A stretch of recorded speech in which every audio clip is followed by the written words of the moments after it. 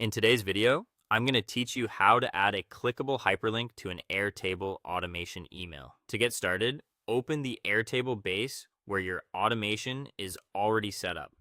This is the base you'll be working in, so take a moment to make sure you're in the right place before changing anything. If your workflow sends emails automatically, it's always a good idea to review the automation carefully so everything behaves exactly as expected. Next, confirm that your table includes a field that stores the link or URL you want to use. This is important because the automation needs a source for the destination address.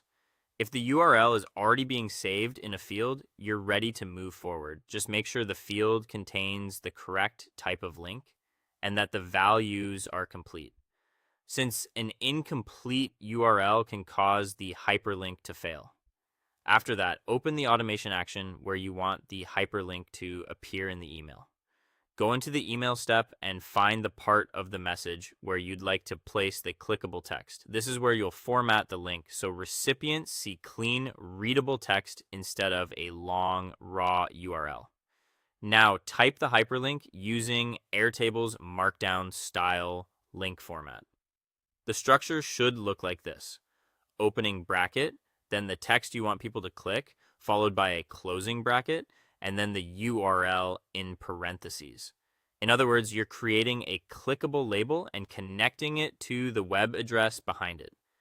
This is helpful because it keeps your email looking more polished and easier to read. Once you've added the format, insert the dynamic Airtable URL field inside the parentheses. That way, the link pulls in the correct URL automatically from your record. Be careful to place the dynamic value in the URL position only, so the structure stays valid. If the formatting is off by even one character, the link may not work properly in the final email. When that looks right, run a test email. This step is essential because it lets you confirm that the hyperlink is actually clickable and that it leads to the correct destination. Open the test message and click the link yourself.